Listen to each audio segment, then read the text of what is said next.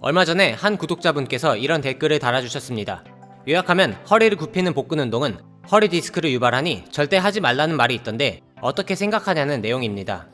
이에 대한 개인적인 생각을 정리해서 영상을 만들었으니 참고하시고, 혹시 보시는 분들 중에 다른 의견이나 보충할 내용 있으면 댓글로 알려주시면 감사하겠습니다.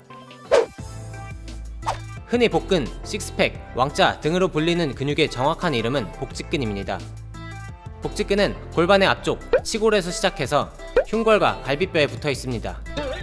이 근육이 수축하면 길이가 짧아지면서 명치와 치골 사이를 좁히기 때문에 이 근육은 몸통을 앞으로 굽히는 역할을 합니다.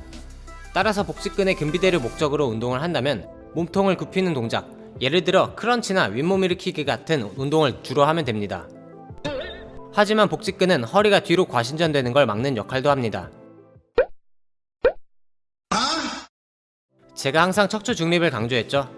운동을 할 때 척추가 중립 상태 이상으로 꺾이면 허리를 다칠 수 있는데 복직근이 그걸 막아주는 역할을 합니다.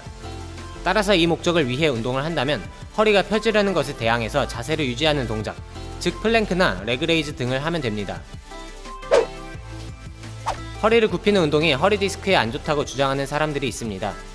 허리를 굽히는 동작을 하면 척추 사이에 있는 디스크의 앞쪽에 압력이 가해져서 뒤쪽으로 밀릴 수가 있는데요.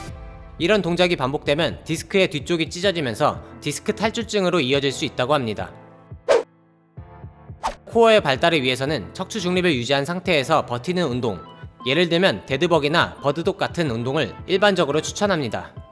이런 운동은 단순하게 보면 코어 운동이기도 하지만 몸통의 중립 상태를 유지한 채 팔다리를 움직이는 움직임 패턴을 연습한다는 차원에서 다른 운동을 할 때도 도움이 되는 좋은 운동입니다. 단점이라면 강도가 약하다는 건데요. 척추 중립을 유지하면서 고강도로 복근 운동을 하고 싶다면 플랭크 응용 동작이나 AB 슬라이드, 프론트 레버 등의 고급 운동으로 넘어가시면 됩니다. 제가 항상 척추 중립을 강조하긴 했지만 척추는 굽힐 수 있게 만들어진 구조이고 상황에 따라서 잘 굽힐 수도 있어야 합니다. 굽히는 동작 자체가 위험하고 해서는 안 되는 동작이라면 아예 굽힐 수가 없도록 척추뼈가 하나로 쭉 이어져 있었겠죠. 그리고 허리를 다치는 경우는 중력 등 외부의 힘으로 인해 허리가 수동적으로 굽혀지거나 너무 오래 굽히고 있을 때 다치는 거지, 건강한 사람이 스스로의 힘으로 10번, 20번 허리를 굽히는 건 크게 위험하진 않습니다. 데드버기나 버드독은 기능적으로는 좋은 운동이지만 강도도 낮고 수축과 이완이 없는 등척성 운동이라서 근비대 목적으로는 크게 도움이 되진 않습니다. 만약 선명하고 두꺼운 복직근을 만드는 게 목적이라면 크런치 등의 허리를 굽히는 운동을 무리가 되지 않는 선에서 강도 있게 하시면 됩니다. 이 영상의 주제는 허리를 굽히는 운동은 나쁜가 였는데요. 한마디로 요약하면 허리를 굽히는 운동은 좋지도 않지만 그렇다고 크게 위험하지도 않습니다. 사실 대부분의 일반인은 허리를 굽히는 운동을 할 필요가 없습니다.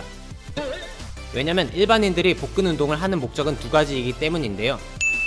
하지만 부위별 살 빼기는 불가능하기 때문에 복근 운동을 한다고 해서 뱃살이 빠지지는 않습니다. 그리고 복근을 만드는 게 목적이라고 하더라도 복근은 복근 운동을 한다고 나오는 게 아니라 체지방이 줄어야 보이는 거라서 살을 빼는 게 먼저입니다. 따라서 허리를 굽히는 복근 운동이 필요한 경우는 복근은 보이는데 더 선명하고 크게 만들고 싶은 사람에 해당합니다. 그런 분들은 크런치나 윗몸 일으키기 같은 복근 운동을 강도 있게 하시되 허리에 무리가 된다면 하지 마세요.